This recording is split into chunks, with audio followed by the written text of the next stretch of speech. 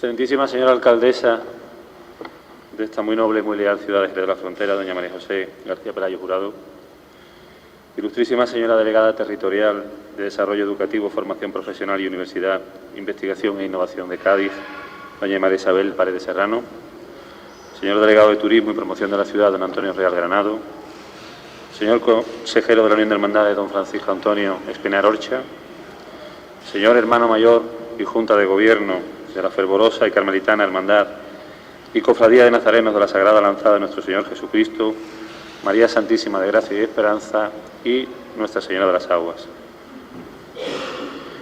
De tu divino costado sangre y agua brotó, fuente de vida dejaste cuando Longinos te hirió. Muy buenas tardes a todos los presentes y a todos aquellos que, aunque no estén físicamente hoy aquí con nosotros, nos acompañan de corazón en esta jornada tan especial. Quiero que mis primeras palabras no sean de agradecimiento, no sean de bienvenida, perdón, sino de agradecimiento para el maestro don Ángel Hortas Rodríguez Pascual, que nos acompaña esta tarde musicalmente, regalándonos, una vez más, su talento y su amor por la música. Qué suerte la nuestra, querido Ángel, de tenerte siempre entre nosotros. Muchas gracias. Hoy nos reunimos para loar, para pregonar las bodas de diamante fundacionales de nuestra Hermandad de la Lanzada. 75 años de esta querida cofradía, un hito que resplandece con la luz de la fe y la fraternidad que nos ha unido a lo largo de las décadas. De tu divino costado, Señor de la Lanzada, surgió hace 75 años esta hermandad, cuando nuestros fundadores, movidos por un espíritu de devoción y comunidad, y desde el mundo académico de nuestra ciudad, dieron aliento y forma a esta cofradía que hoy es un importante pilar de nuestras tradiciones religiosas en la ciudad. Desde entonces hemos sido testigos de innumerables actos de culto y caridad, procesiones que han engrandecido nuestra Semana Mayor y momentos de apoyo mutuo que han fortalecido los fraternales lazos entre todos nosotros. Y para pregonar todo este tesoro construido a base de tesón y amor, de humildad y constancia, hoy tenemos el honor de contar con 3 distinguidos pregoneros, quienes no solo serán los heraldos de nuestra particular historia, sino que también, y por encima de lo anterior, son grandes amigos y hermanos en la fe. Hablar de ellos, de sus méritos personales y profesionales, a estas alturas, resultaría ocioso. Son los 3 demasiado conocidos como para que yo hoy venga a presentárselo a ustedes. Pero les voy a confesar una cosa, algo tendré que decir, porque tengo que justificar la minuta, Alberto. Les garantizo que seré breve. Yo conocí a los 3 allá por los años 90, a Enrique Soler y a Ignacio García, permítelo mejor, Tacho, en el estricto mundo de las cofradías, en aquella época bendita de nuestros viajes juntos a Sevilla, a Antequera o a Brajanejo y su famoso punto geodésico, con nuestras interminables tertulias cofradieras donde aprendí buena parte de lo que hoy sé de cofradías, donde siempre me sentí querido y respaldado por los dos, que todo hay que decirlo me sacan unos pocos años. Desde aquel entonces, casi 35 años compartidos, con sus momentos felices y otros no tanto. Mis queridos amigos, desde siempre me habéis honrado con vuestra sincera amistad y yo solo espero no haberos defraudado demasiado y haber podido estar a vuestra altura. Y a mi querido Enrique Víctor, o Enrique V, como ustedes prefieran, lo conocí en el mundo académico, cuando empecé a cursar la licenciatura de Derecho y coincidí con él en los seminarios de Filosofía del Derecho con nuestro admirado y querido cátedro Paco Carpintero. Luego vinieron tantas y tantas horas compartidas en el Departamento de Filosofía del Derecho, enredando en lo jurídico y, por qué no decirlo también, en las cosas de las cofradías. Gracias, querido Enrique, por tenerme presente siempre en tus cosas y ayudarme cada vez que te lo pedí. Como bien saben ustedes, Enrique Soler es sacerdote, diocesano y miembro activo de nuestra cofradía, cuya vida de servicio es un testimonio viviente del amor y la dedicación que este oficio canónico que eligió requiere. Tacho es bancario felizmente jubilado y creador, alma mater e intrépido corresponsal de Capillitas por el Mundo, un novedoso canal de comunicación audiovisual que nos mantiene puntualmente informados de cuantas novedades se producen en la Semana Santa andaluza, incluso desplazándose a algunos increíbles e insospechados lugares. De momento es el único reportero que tiene el canal, pero no descarta en breve abrir alguna que otra franquicia, dado el enorme éxito que está teniendo. Y Enrique Víctor es profesor universitario, profesor contratado doctor en la Universidad de Cádiz en el área de Filosofía del Derecho. Grado de doctor que obtuvo con la tesis La filosofía política de Jaime Balmes, y es además también abogado del Ilustre Colegio de Jerez. Además de todo esto, les aseguro que es un buen cantante lírico y coplero. Los tres son unos auténticos maestros de la palabra, siendo Tacho y Enrique Víctor veteranos ya de numerosos pregones para nuestra Semana Santa, entre ellos el oficial, cuya elocuencia y demostrado fervor han enriquecido muchas celebraciones pasadas. Como si estuviéramos ahora en las termas de Caracalla y yo fuera por un momento Zubin Mehta, en el icónico concierto del año 90, les garantizo que no saldrán hoy defraudados de este pregón a tres que se ha preparado con gran complicidad por ellos sobre la base de una sana camaradería forjada en incontables momentos y encuentros cofradieros. El pregón de hoy, que tendrá como hilo conductor las coplas al Santísimo Cristo de la Lanzada, no es solo un volver la mirada atrás para recordar lo que hemos sido, sino una proclamación de lo que continuaremos siendo.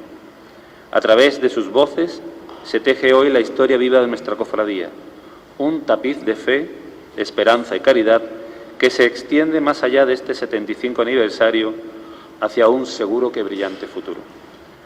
Agradezco, por tanto, profundamente a nuestros pregoneros su esfuerzo y dedicación y a cada uno de ustedes, aquí presentes, por ser parte, en mayor o menor medida, de esta hermosa historia que hoy celebramos. Que este aniversario de Diamante no sea solo un recuerdo de lo que hemos logrado, sino también una inspiración para todo lo que aún podemos alcanzar juntos. Amigos, mis queridos amigos, vuestra es la palabra.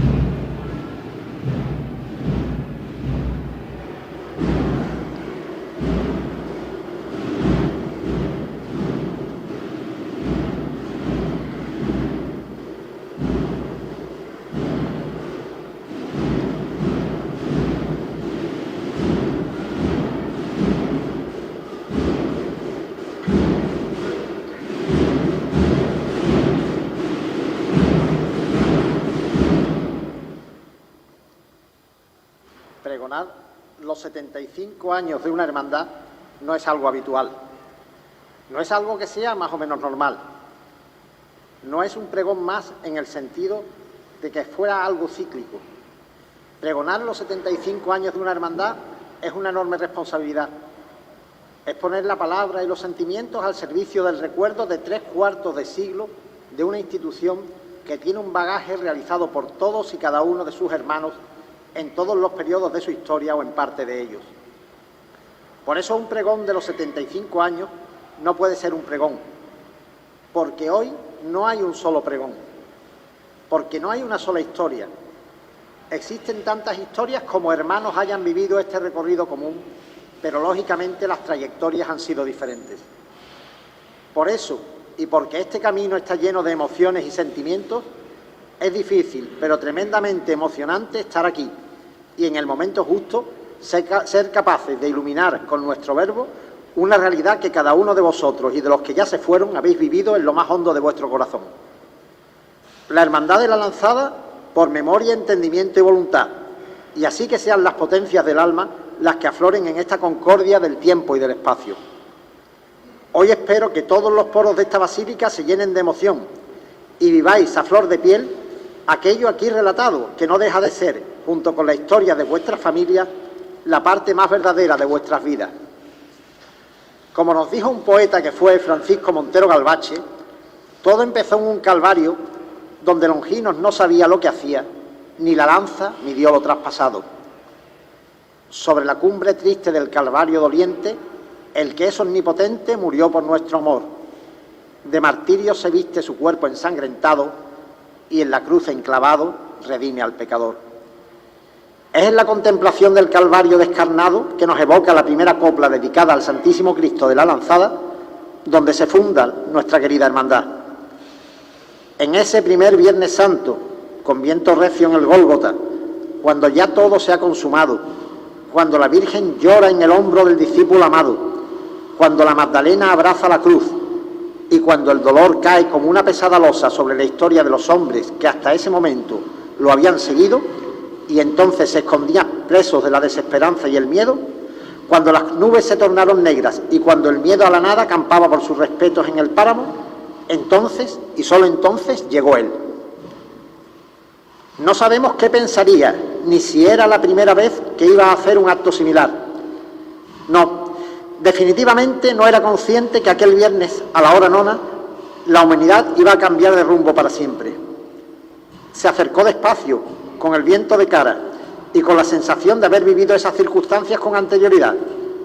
Un cadáver en la cruz, 2 más a su lado, y varios familiares llorando desconsolados a sus pies, así como un retén del ejército de Roma vigilando todo aquello. Pero había algo distinto que aquel centurión romano no acertó a distinguir en ningún momento hasta que clavó la lanza en el pecho del ajusticiado. En ese momento comprendió, vio y creyó.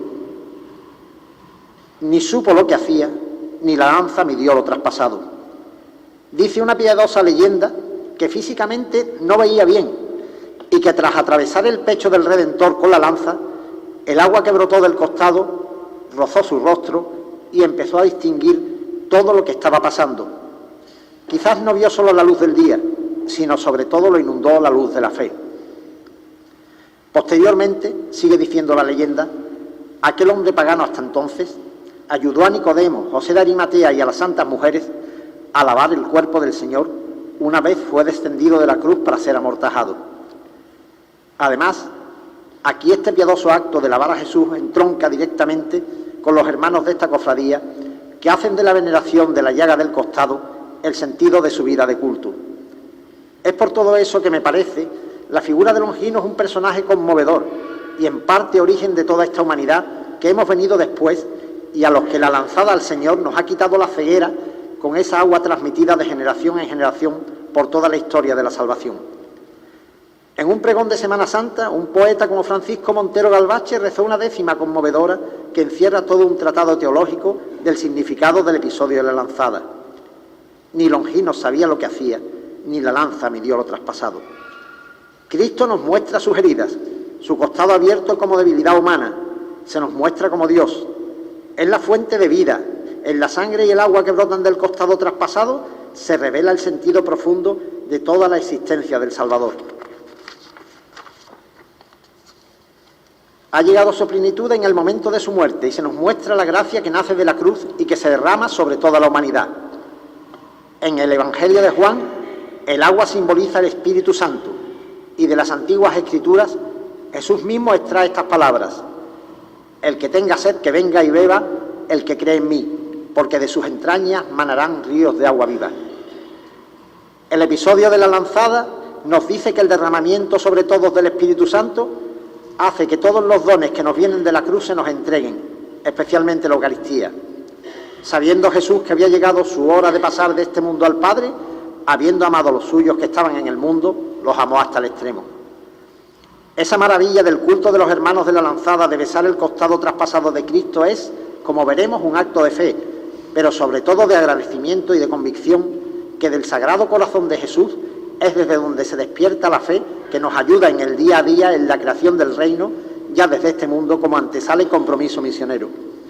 Siga pues la hermandad reivindicando para todos, como gracia de su rica iconografía, el culto explícito a la llaga del costado abierta por Longinos, y como verdadera y lógica iconografía del Sagrado Corazón de Jesús, con toda la fuerza del mismo que surge de aquella tarde gris, dura y descarnada, en el Calvario de Jerusalén, donde ni Longinos supo lo que hacía, ni la lanza midió lo traspasado.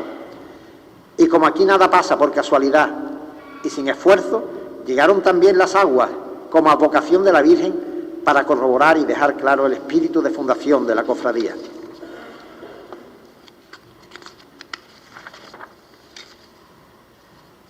Ni Longinos supo lo que hacía, ni la lanza midió lo traspasado. Manantial de vida ensangrentado, que de golpe rompió su biografía. Y es que la lanza ya no desafía, sino señala al mundo su destino, avergonzándose de un desatino, tornado en gracia empapada de aguas, donde la verdad la Iglesia fragua desde la mano inerte de Longinos. Hace casi 80 años, una jauría violenta quiso hacer pasto del olvido al entonces llamado Santo Cristo de la Sangre, allí en su altar de la sacristía de esta basílica carmelitana. Ni las cuerdas ni los hachazos lo doblegaron de manera milagrosa, siguió abrazado a su cruz, unido de forma permanente al sufrimiento de la humanidad. ¿No sabían aquellos inconscientes que las cuerdas que pretendían bajarlo al suelo del odio no habían conseguido más que elevarlo al cielo de la historia de nuestra querida ciudad? Aquellas cuerdas que apoyaban con fiereza la fuerza gravitatoria terrena, hoy lo elevan en el final de cada cuaresma al cielo de la cúpula del alma de los hermanos de su cofradía. Aquellos hachazos y misericordias se han transformado en una lanza que no solo no midió lo traspasado, sino que se esconde entre el abigarrado misterio, sin saber que aquel corte en el pecho del ajusticiado rompió para siempre en la fundación de la Iglesia Universal por mor del corazón que reventó en amor, regando a la humanidad de una salvación en la que el mismo Dios se hace uno de nosotros. Aquella antífona de laudes: «Oh muerte, yo seré tu muerte», resuena en toda la historia de esta cofradía en la contemplación de la mirada perdida de quien juzga por el fuego a la luz de la infinita misericordia. Hoy quiero pensar en la semilla de la hermandad que surgió aquella terrible tarde que en Jerez fue un volcán que reventó en una oscura sacristía donde la imagen del Señor no solo cayó de la cruz, ni por supuesto cayó en el olvido, sino que avivó la llama de muchos que por aquel entonces ni lo conocían, pero los que Él los había pensado para la fundación de su hermandad. Ni Longinos supo lo que hacía, ni la lanza midió lo traspasado. Y pienso, si aquellos longinos que un día quisieron derribarlo, no estarían años después en alguno de los hermanos que fundaron la cofradía, o si no han estado o están en algunos de sus hijos o nietos que con posterioridad marcaron con su ejemplo el devenir de la hermandad en estos 75 años. Porque al no saber lo que hacían, seguro que fueron perdonados, y ese perdón se derramó en esta historia, haciéndola especialmente hermosa y romántica por el sinfín de los acontecimientos que hemos tenido que superar. Creo que no hay hermandad en Jerez que haya sufrido tantas vicisitudes y las haya superado con mayores fuerzas que nosotros. Y yo, que soy un recién llegado, no puedo menos que mostrar una admiración legítima por el coraje y ese inasequible al desaliento ADN que impregna cada una de las paredes de vuestra casa de hermandad. En aquellos años de plomo no existía la hermandad y el culto le era dado al Cristo por los devotos que acudían cada día a la iglesia. Y así, casi de la nada y tras un intento fallido, se constituye la cofradía con la aprobación de las primitivas reglas el 9 de febrero de 1949, siendo la primera salida procesional el Jueves Santo de aquel mismo año. Imagino la emoción de aquella salida. Por supuesto, nada que ver con las fundaciones de las nuevas hermandades que en los últimos años están surgiendo a lo largo y ancho de la geografía jerezana. Nada que ver porque las circunstancias históricas, sociológicas, religiosas y económicas eran absolutamente diferentes. Hoy se tarda más o menos en poner una cofradía en la calle, pero saldrá siempre que haya un grupo humano más o menos numeroso a su alrededor. La autoridad religiosa, aun viendo entonces bien las fundaciones, se mostraba inflexible con respecto al control de las mismas y era todo propio de una época preconciliar. La economía. Esto era otro cantar, ya que en la España de las hambrunas de la posguerra hasta hacer una túnica era un problema. Posteriormente, a finales de los años 50, ya las circunstancias cambian bastante, pero quiero llamar la atención de esa creación en el año 49. Con las intentonas anteriores, toda una década donde toda nuestra querida hermandad fue concebida en dificilísimas circunstancias. Ese parto difícil, creo yo, marca para siempre el devenir histórico lancero y parece que durante casi 40 años las dificultades se iban sucediendo periódicamente una detrás de otra, hasta al menos bien entrados los años 80. Y esas dificultades que vistas desde fuera dan lugar a una durísima existencia, también dan a luz a una estirpe de cofrades con un compromiso extremo que nunca iban a dejar morir lo que más quería. Hoy día, cuando se habla alegremente de crisis de nazarenos, refiriéndose en exclusiva al número de los mismos, comprendo que los que estos escriben o comentan nunca jamás han conocido de primera mano la historia de nuestra cofradía. Fueron pocos muchos años, pero el nivel de calidad humana, religiosa y cofradiera era absolutamente monumental.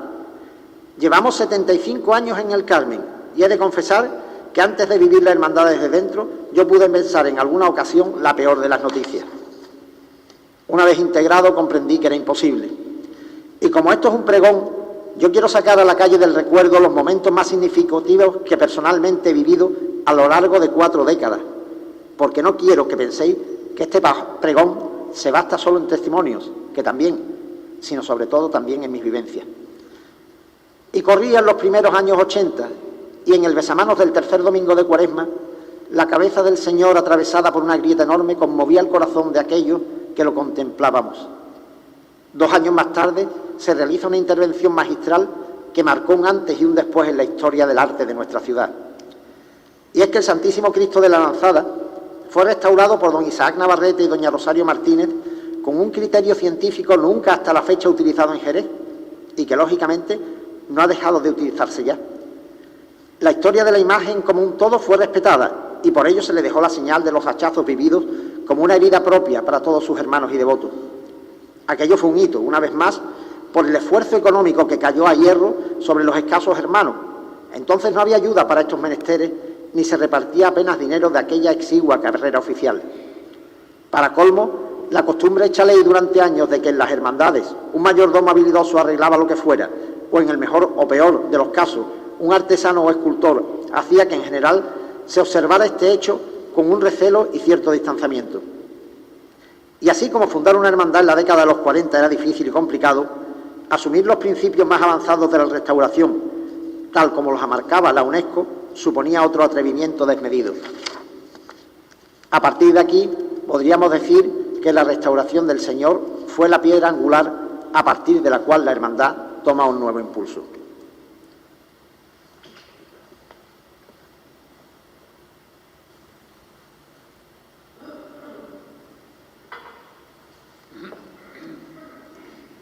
Aquellos 30 nazarenos que yo vi en el año 81, en perfectas filas y con el alma entregada a sus pies en el Calvario, fueron la semilla perfecta e imposible para que la hermandad se llenara de gente joven que revolucionó la vida de la juventud cofrade jerezana. Esos primeros cofrades salidos de la Escuela de Comercio habían luchado por la supervivencia de la corporación, convenciendo a los amigos de sus hijos para que se apuntaran, e incluso en algún caso pagando cuotas, y asistían orgullosos a la ebullición de aquel grupo joven que fue, y no nos duelen prendas en decirlo, quizás con el permiso de las angustias del ETE y el prendimiento, el epicentro de la vida cofrade de Jerez. Y en uno de los ciclos de gracia y esperanza en los años 90, la hermandad decidió sacar a la luz y romper para siempre los dimes y diretes de los corrillos de rumorología cofradiera para poner en la plaza pública de la devoción la imagen escondida, misteriosa y mítica que nos acompañó en nuestras vidas por las palabras de nuestros mayores, pero que nunca en la evidencia de su presencia física en nuestras vidas.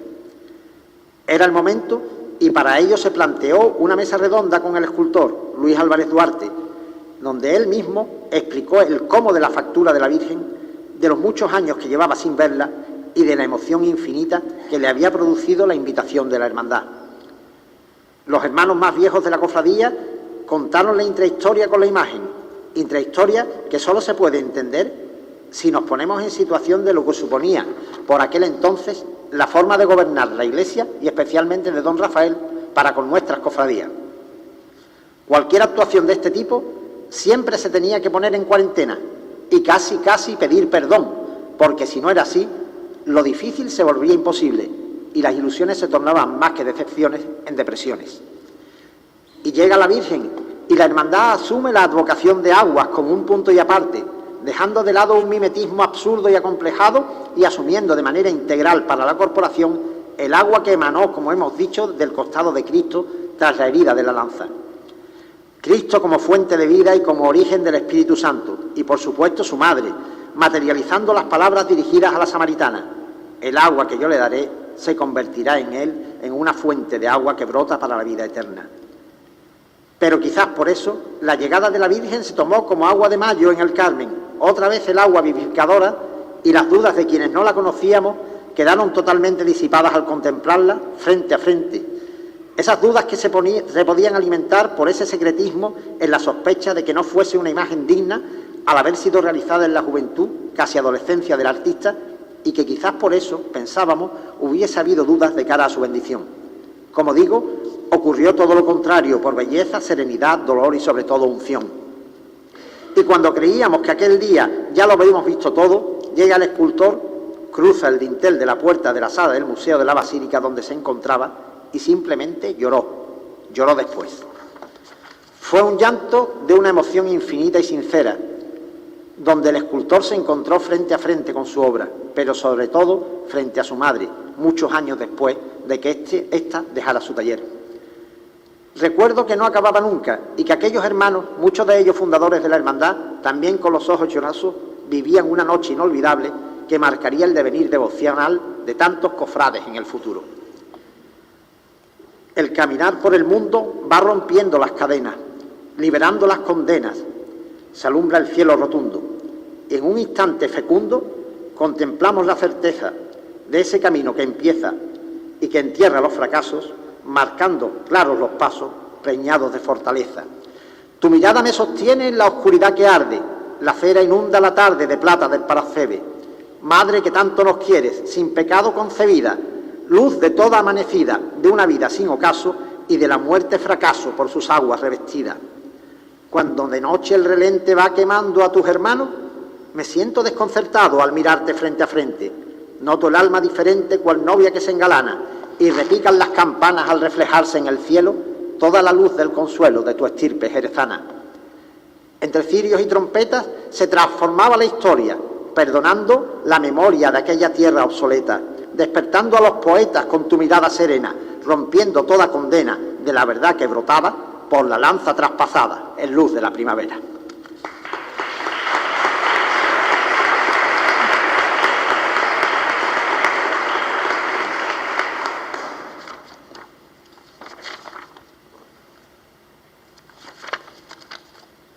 Antes, cualquier paso en el crecimiento de la cofradía era de una dificultad, como he indicado, casi infinita, rocosa y permanente, que agotaban las fuerzas de todos y que necesitaban, una vez superada, casi el relevo de una nueva generación. Pero aquí está la Hermandad de la Lanzada, con vida difícil, heroica, pero que cumple 75 años, que la han forjado con una solidez casi infinita. Y yo quisiera, de verdad, ver dentro de 60 o 70 años al grueso de esta nueva Semana Santa, habiendo pasado solo por algunas de las vicisitudes por las que ha pasado nuestra hermandad. No sé sinceramente, no ya si mantendrán un crecimiento, sino simplemente si no desaparecerán. porque el camino de espinas faja a las personas en los senderos de la vida y de la fe. Y aquí, entre la Plaza Peones y el Carmen, existe hace 3/4 de siglo una universidad de la fe y del esfuerzo. Y la hermandad es camino que sigue el ejemplo de Cristo para llegar al final hasta la tierra prometida. Es un camino de verdad, no sin dificultades, pero de verdad porque todos caminamos en pos de un final, de una meta, de la corona merecida que decía San Pablo, siempre caminando, con la gracia de ayuda y la esperanza por bandera. Esperar sin desesperar, esa es la cuestión, porque la esperanza no es azar, es certeza, pero revestida de paciencia.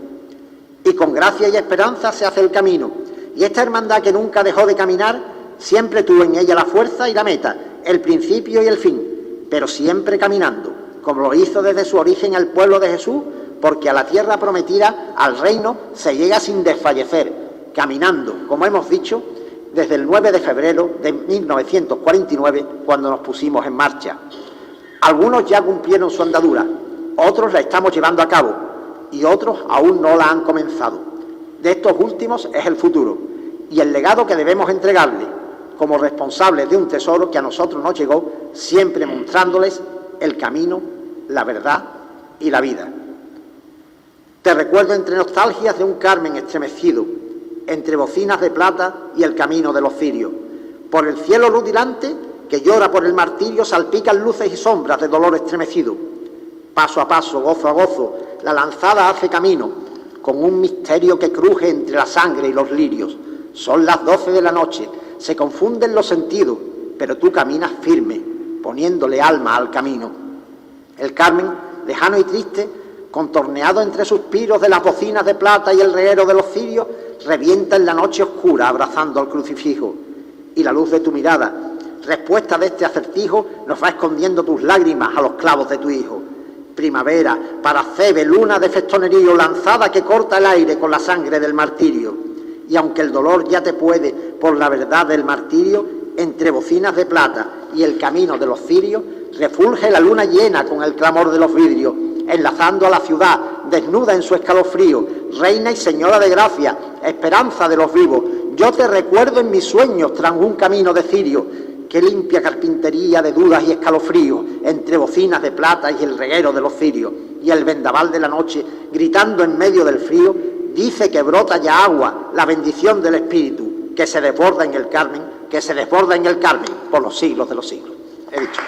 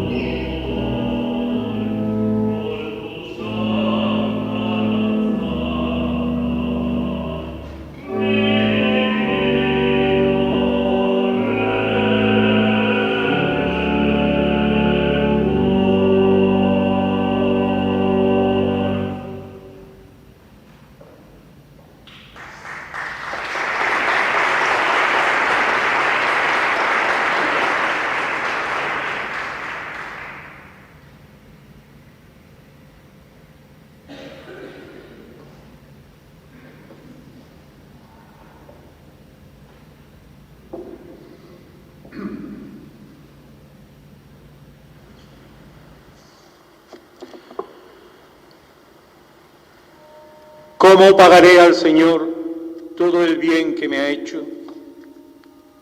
Alzaré la copa de la salvación invocando su nombre. Hoy tengo que elevar ante ti mi voz para hablarte desde el corazón delante de la gran asamblea de mis hermanos, para dar testimonio y alabar tu nombre en medio de mi gente, rodeado de los que me vieron crecer, marcar el rumbo, soñar, construir, tropezar, caerme y levantarme. Quisiera agradecerte este momento compartiendo junto a mis hermanos, cantando junto a ilustres escribanos la alegría de este acontecimiento. Mentiría, Señor, si no lamento lo pronto que se fueron de mis manos los años de inocencia ya lejanos en que tú me elegiste su instrumento. 75 años, si no cuento algunos tantos que antes más lejanos, unos curiales metropolitanos impidieron desde altos estamentos. Y es que el primer intento fue fallido. Ya todo se había movido, pero no fue suficiente. En el cajón de los proyectos pendientes se quedaron muchos propósitos, muchas ideas, pero no era aún el momento preparado por Dios para que surgiera esta corporación cofrade. Sería unos años más tarde y unos nuevos corazones los que retomarían el deseo de formar un fervoroso grupo que diera culto al divino crucificado. Qué pregón tan glorioso para ti, ciudad de Dios. Ciudad de Dios, barrio del Carmen, Juan de Abarca, francos, plateros, peones, castellanos, las carpinterías.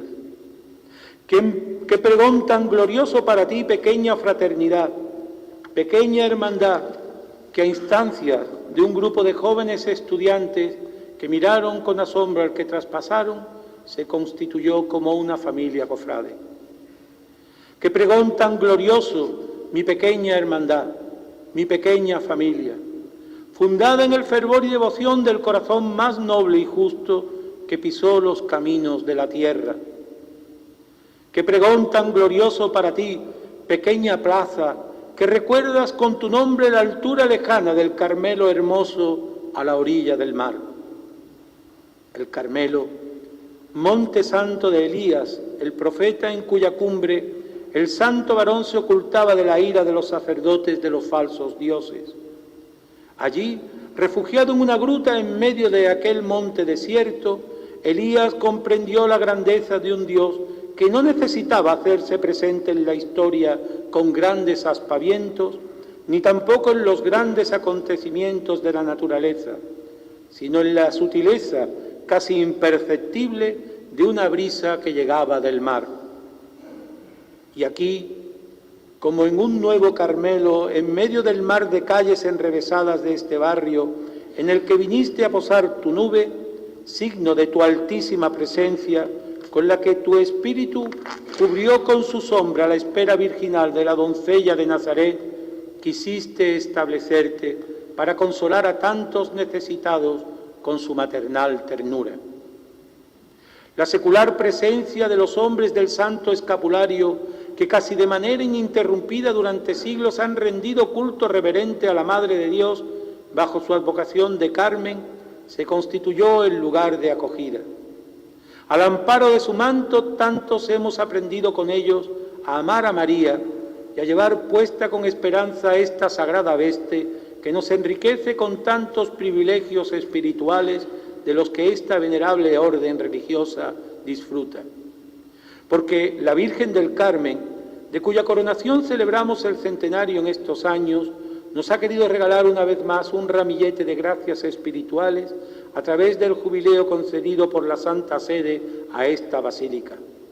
Ciertamente basílica debía de ser considerado su templo, porque como esa palabra indica, esta es la casa regia desde la cual la Señora ejerce su imperio sobre los jerezanos, reina y emperatriz de una devoción que en Jerez sabe a pueblo humilde, a almas sencillas que trabajan, levantan y construyen puentes. Un imperio de caridad, obediencia y servicio, un imperio de intercesión y de consuelo, A su amparo acudimos con frecuencia y bajo el refugio de su manto nos acogemos. Y si hablamos del año jubilar, no podemos hacerlo sin referirnos a los acontecimientos que en estos años recordamos. La coronación de la Virgen del Carmen fue un hito histórico que inauguró una nueva etapa de historia de la piedad popular en nuestra ciudad. Qué pregón tan glorioso para ti, pequeño barrio de calles recónditas, testigo del odio que en ocasiones resurge, llenando de amapolas sangrientas los rubios trigales de la historia. No se habían disipado apenas los humos del rencor y del odio de la guerra fratricida. Todas las guerras lo son, de aquellos días en que el destrozo no fue solo material, y ya hubo aquel primer intento. Pero sería en la segunda llamada cuando por fin la autoridad eclesiástica concedió su permiso. Eran ya tiempos de salida hacia adelante, de empezar a superar los rencores, de dejar que las heridas cicatrizaran. Y es que el odio a la fe ha sido una constante en la historia de la Iglesia. Y de la semilla de los mártires, de la sangre derramada del crucificado, del justo injustamente asesinado, brota la vida.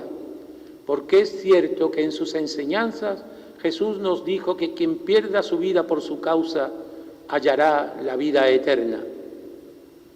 Y esa vida eterna es la que intentaron ganar aquel grupo de estudiantes que, recogiendo la antorcha de los que, habiendo visto lacerar el cenobio carmelitano, quisieron fundar una hermandad que perpetuara el recuerdo de unos acontecimientos que nunca más deberían volver a repetirse.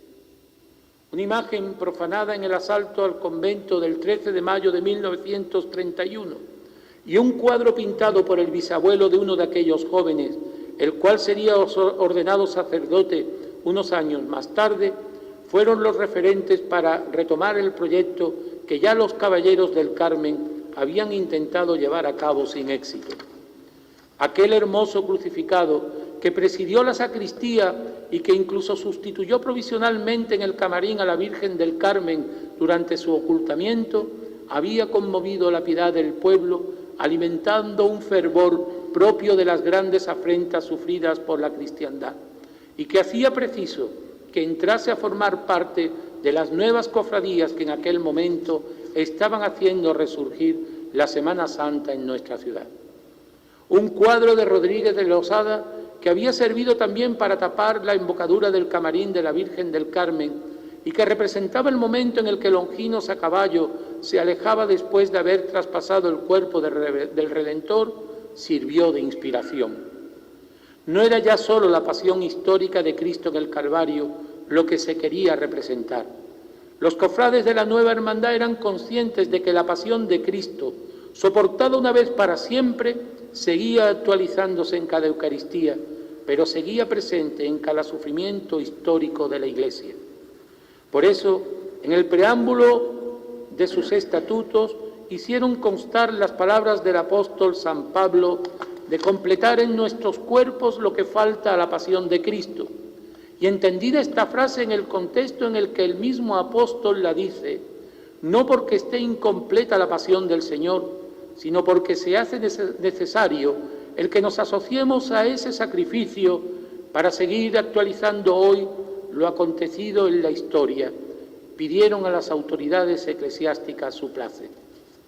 En apenas 25 años, los devotos jerezanos que vivían en el entorno de la actual basílica habían vivido el momento glorioso de una acordación canónica en la que se hizo presente lo más granado de la sociedad española del momento y habían sido testigos del latrocinio cometido injustamente contra aquello que se había convertido en símbolo de todo lo que odiaban irracionalmente.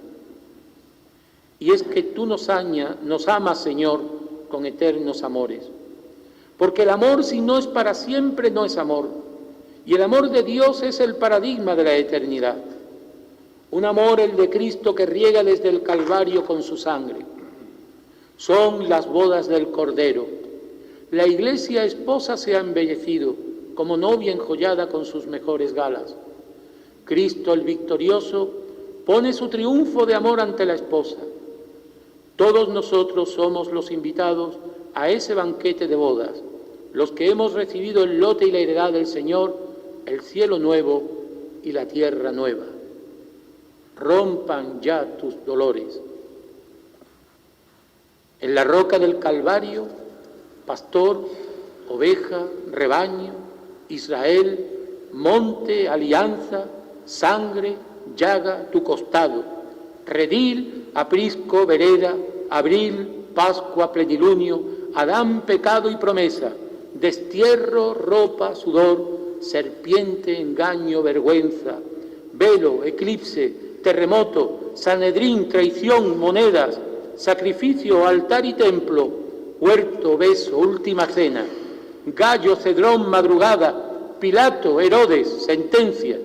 El pastor de Israel escucha, hay quien reclama su herencia y aun siendo su discípulo pone a su maestro en venta.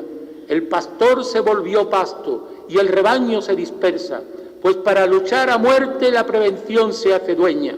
Al despuntar la mañana, Jerusalén lo condena a una muerte ignominiosa, al destierro del profeta. Tras la última palabra estará la muerte muerta. Y es que, al exhalar su último aliento, el soplo que sale de la garganta del Redentor lo hace todo nuevo. Ha sido vencida la muerte. El gesto desconfiado del soldado que clava su lanza con el intento de verificar una muerte cierta, convierte el trágico momento en un momento de gracia. De la llaga de su costado manan sangre y agua. La puerta nueva abierta al corazón de Cristo es un río que nace como un manantial de su cuerpo. Él es el nuevo templo reconstruido en 3 días. De su costado, como de un nuevo Adán, nacerá la nueva Eva, la Iglesia. El tesoro de su gracia, sabiduría y prudencia ha sido un derroche para con nosotros. Como ríos de su corazón fluyen los sacramentos, su cuerpo desgarrado en la cruz, su sangre vertida sobre el Calvario para redimir a la humanidad del pecado. Cuerpo y sangre presentes en el sacrificio de la misa, presente en la Eucaristía. Ante ti, Señor, consagré por primera vez sobre este altar hace ya más de 26 años. Mis indignas manos hicieron posible por la acción del Espíritu Santo el milagro de tu presencia eucarística. A ti, Señor, quise entregar siempre mi vida, mi trabajo, mis renuncias. Hoy tengo que darte gracias por esta vida que sabes tuya. Todo lo bueno que pude hacer me lo facilitaste tú. Sin embargo, mi torpeza, mis pecados, mi pereza lastraron tantas veces la acción de tu providencia. ¿Cuántas veces no me arrepentí lo suficiente, ni mi orgullo permitió pedir perdón? Pero sabes que te amo, que cada mañana me levanto con la ilusión del primer día para recomenzar de nuevo la escalada, que cada noche recuesto mi cabeza sobre tu pecho lacerado y traspasado, y escucho el latir de tu corazón como el discípulo amado, pero con la gracia añadida de saber que permitiste que el mío siguiera latiendo junto al tuyo. Si hubieras querido, creo que no me habría pesado salir a tu encuentro, pero obraste el prodigio y como siempre haces tú, pusiste mucho más difícil creer en la mera casualidad que en la divina providencia. Demasiadas coincidencias, demasiadas casualidades y una sola causalidad, tu amor desbordado, desmedido, inabarcable. No niego mis asignaturas pendientes, aún no aprendí a agradecerte tanto amor y desvelo, pero seguiré a tu lado disfrutando, a tu lado cada Jueves Santo, mientras tú quieras, aspergiendo con tu sangre los dinteles de cada puerta de tornería, como el Cordero de la primera Pascua, prodigando bendiciones por aladro, imponiendo tu serena majestad por Larga y San Dionisio, y disipando las dudas de tantos por carpintería baja. Porque el tesoro de tu gracia, sabiduría y prudencia siempre ha sido un derroche para con nosotros. Que el río de tu gracia nos arrastre siempre, para que regenerados por el agua de tu bautismo, vivamos siempre en la esperanza de tu regreso. Y cuando llegue la hora de recoger tus talentos, gritaré a los 4 vientos que es tu llaga salvadora y que al alma pecadora deja de amor traspasada, de sus culpas liberada, de los lamentos eternos y de los hondos infiernos, salvada por tu lanzada. He dicho.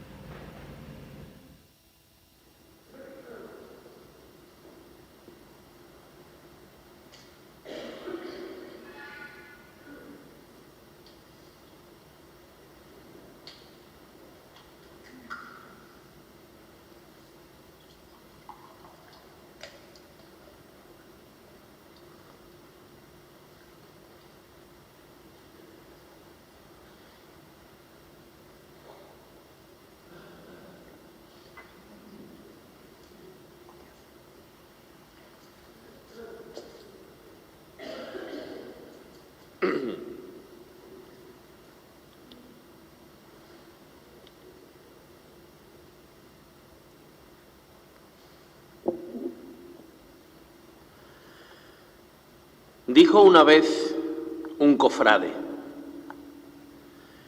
un hermano de esta casa, que a esta sin par cofradía pertenece, esta proclama: Dios existe, y es la prueba la hermandad de la lanzada. Como si en su penitencia el antifaz lo tapara, hoy omito nombre y señas para decir en voz alta su lacónica sentencia que en este romance acampa. Dios existe y es la prueba la hermandad de la lanzada. La atrevida teología que en esta frase se lanza no la encontrarán ustedes ni en Roma ni en Salamanca, ni se dijo en la Sorbona, tampoco en la Gregoriana, ni es de Vitoria o de Suárez, ni en San Esteban se hablara entre ilustres controversias en aulas de Salamanca. ni está en las vías tomistas, ni en la letra agustiniana, aunque el nombre del gran santo lleva quien esto afirmara. Es sentencia de esta tierra, constatación jerezana que a los hechos se remite si la historia se repasa, que la existencia de Dios también se prueba por causas de divina providencia que a esta cofradía ampara. Pues si pensáis como el mundo, no existe razón humana para explicar devenires y sucesos y andanzas y riesgos, peligros, penas y situaciones dramáticas, si no es que Dios bien protege a esta hermandad de Lanzada. Como un romance de ciego contado de plaza en plaza, se construyó este relato que hoy desgrano en esta casa, cuando esta hermosa hermandad de diamantes se acompaña para celebrar las bodas que 3 pregoneros cantan. Cuenta la historia que había en la Carmelita Casa un santo Cristo sin nombre al que las gentes rezaban. El que una noche de abril, por el odio y por la saña, quisieron romper a hachazos quedando su carne intacta, aunque aún se ven las señales que en las maderas quedaran. Era aquel Cristo sin nombre junto al cuadro de Losada el que prendó el corazón del padre Fernández Cala y fue por él que tomó la advocación de Lanzada. Y sin tener hermandad ni la cofradía soñarla, por el corazón del padre ya un anhelo se anunciaba: que salga el Cristo a las calles, que salga en Semana Santa. Era el año 38. Por los campos de esta España aún se libraba una guerra que la nación devastaba. Había lutos, había ausencias, pensamientos de venganza, cuerpos y almas de negro en viudas y en hermanas, hambre, escasez, extraperlo, y la vida continuaba.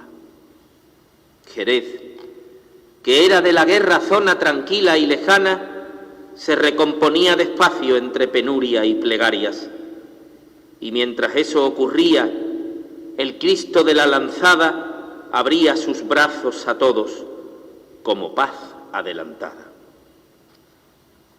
Los caballeros del Carmen quieren en la recién creada unión de las hermandades tener sitio y sentar plaza, con la Virgen del Carmelo y el Cristo en Semana Santa. La Virgen que quede en julio y el Señor que en jueves salga.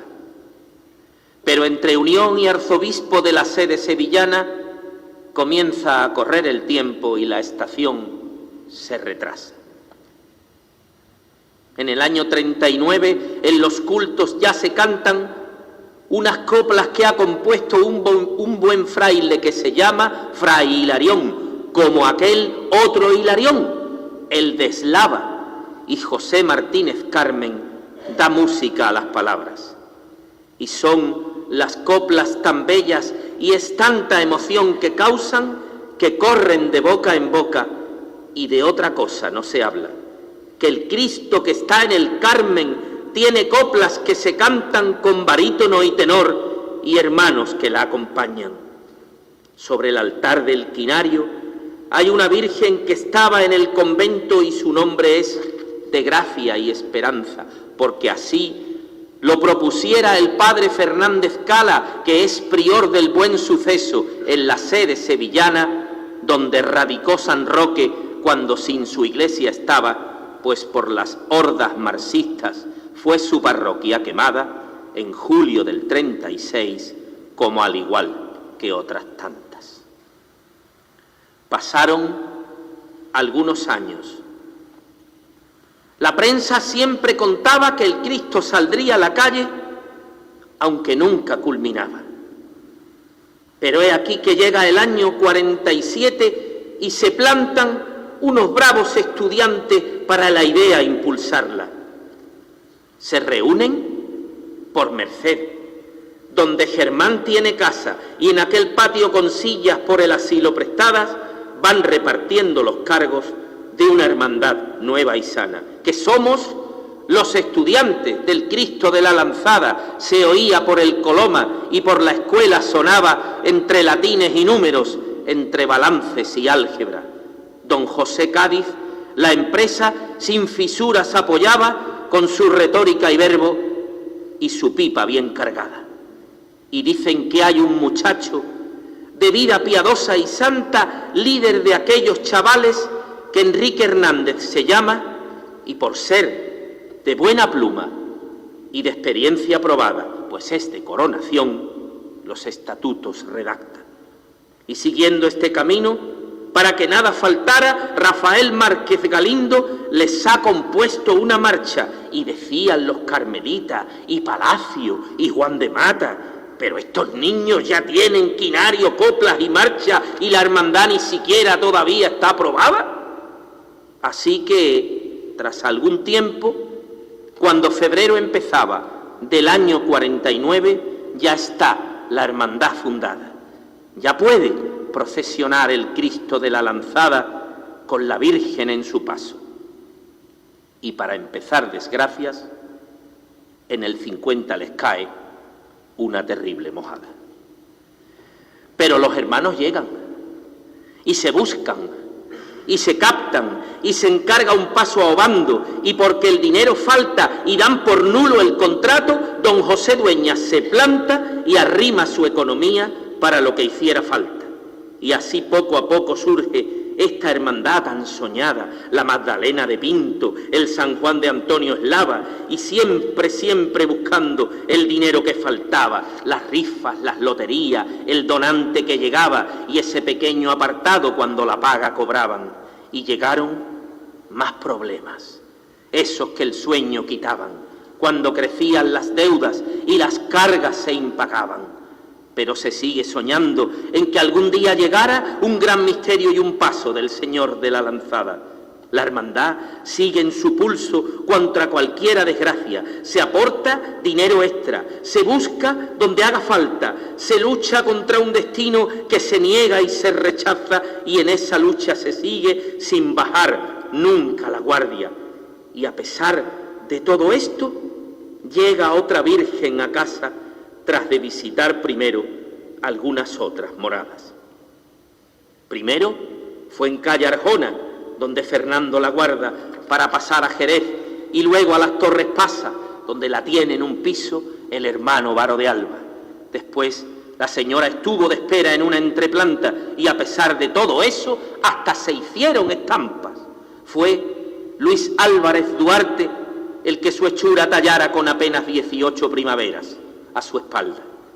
Se fue la Virgen un día, nunca más volvió a encontrarla, y así pasaron los años, y de pronto una mañana sonó el timbre del taller y a su Virgen se encontrara. Dicen que se echó a llorar al verla tan moza y guapa. Era su niña perdida, era su niña encontrada. Y aquel año en procesión, desde la grada más alta del cielo de los artistas, vio a la Virgen por las plazas de este Jerez que la tiene en su corazón guardada, Virgen dulce y carmelita, en la advocación de aguas. Pero mucho antes de eso, don Joaquín Varo de Alba, allá en los años 70, toma la vara dorada, aunque todo iba faltando y el dinero no llegaba. Entre las Torres y Carmen, lenta la hermandad avanza, y llegaban las cuaresmas, llegaba Semana Santa, y todo era una aventura, contra todo y contra nada. Pero se obraba el milagro, y el jueves santo pasaba el Señor por esas puertas y volvía hasta su casa tras de hacer la procesión con lo que algunos pagaban. Son años de cuerda floja, que lo mismo se estrenaba que a la nave de la epístola al Cristo lo trasladaban. En la hermandad, seriamente, se pensaba ya en la marcha, en abandonar el Carmen y la túnica cambiarla. El año 79, Jueves Santo, de mañana, con 12 hermanos se hace una junta extraordinaria y se olvida para siempre la túnica roja y blanca para volver a vestir la fundacional de capa. Aunque otra vez el 80, tal es la bronca montada que el prior, usando el veto, deja la cuestión zanjada. En medio de todo aquello, la hermandad está quebrada. Apenas hay nazarenos y una situación dramática. Pero de nuevo el Señor a su cofradía salva en aquella tempestad donde la hermandad se ahogaba. Llega otra vez juventud, la cuadrilla es renovada, llega dinero de hermanos y Fray Lorenzo a la casa. Y todo empieza a cambiar y hay de nuevo esperanza. La Virgen del Carmen lleva, en vez de rueda, alpargatas, porque son los costaleros los que en su nave se embarcan. El Señor cambia su sitio, con acierto se traslada ya por siempre a la capilla en la que el mármol aguarda que el mártir Antonio Molle vea culminada su causa. Por Navarrete y Martínez la lanzada se restaura, dejándole los asazos de aquella triste jornada, para memoria y recuerdo, y que nunca se olvidara la historia de aquel asalto cuando no triunfó la hazaña. Mas con el Señor también fue la gracia y esperanza felizmente descubierta, tras ser también restaurada. Y llegó Plaza Peones, la que fue la nueva casa de la hermandad, y se estrena cuadrilla nueva y lozana, y al morir Pepe Domínguez y ya no poder mandarla, eligen a Pepe Iborra y también a Rodri Daza, quien durante 20 años al Cristo siempre llevará. Hasta llega un nuevo paso y es Guzmán el que lo talla, y lo dora Manuel Calvo, y la hermandad se afianza, y atrás se dejan las penas, y hasta se estrena otra casa. Pero eso ya es el presente. Como es hoy la señalada fecha para este pregón, donde el romance nos marca la senda que se pisó y otra que queda pisarla. Bodas de diamante y lujo de esta hermandad de lanzada que tiene dos santas madres, una gracia y esperanza y otra que aguarda su palio y es la Virgen de las Aguas. La historia se os abre ahora con senderos de oro y plata. Atrás quedaron las penas, atrás las noches amargas, atrás las duras cuaresmas y los días sin esperanza. La senda de vuestra historia huele a Cristo en sus pisadas y al final de este romance vuelve otra vez la proclama, bandera de vuestra fe y estandarte de alabanza. Dios existe y es la prueba, la hermandad de la lanzada.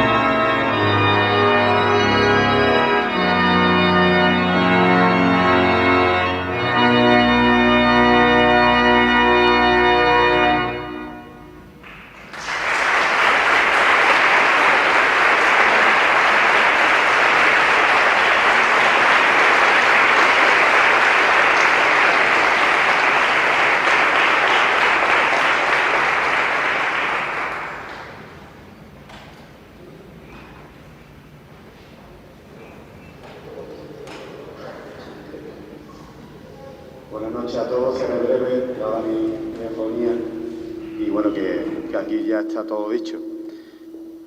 Como se suele decir en estos casos, que dedo no me corto, que no me duela.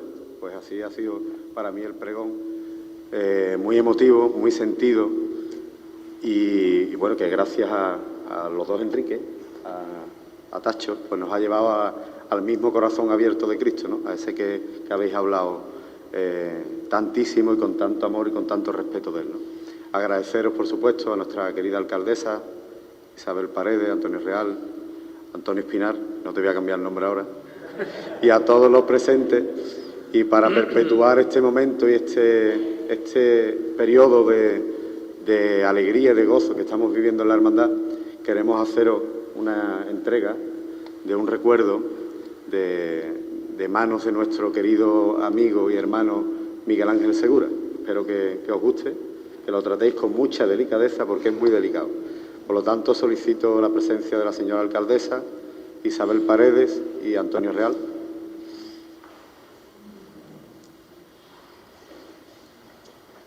Se me ha olvidado dar las gracias, por supuesto, al presentador y a Ángel también. Muchas gracias.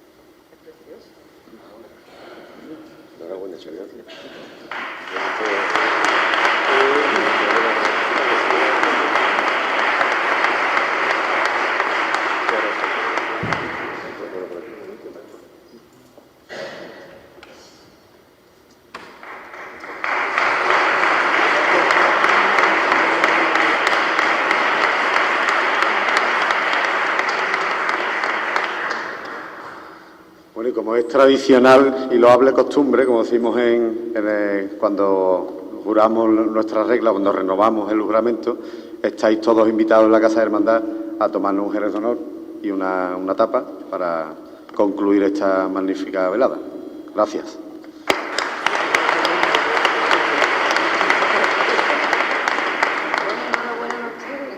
Ha sido...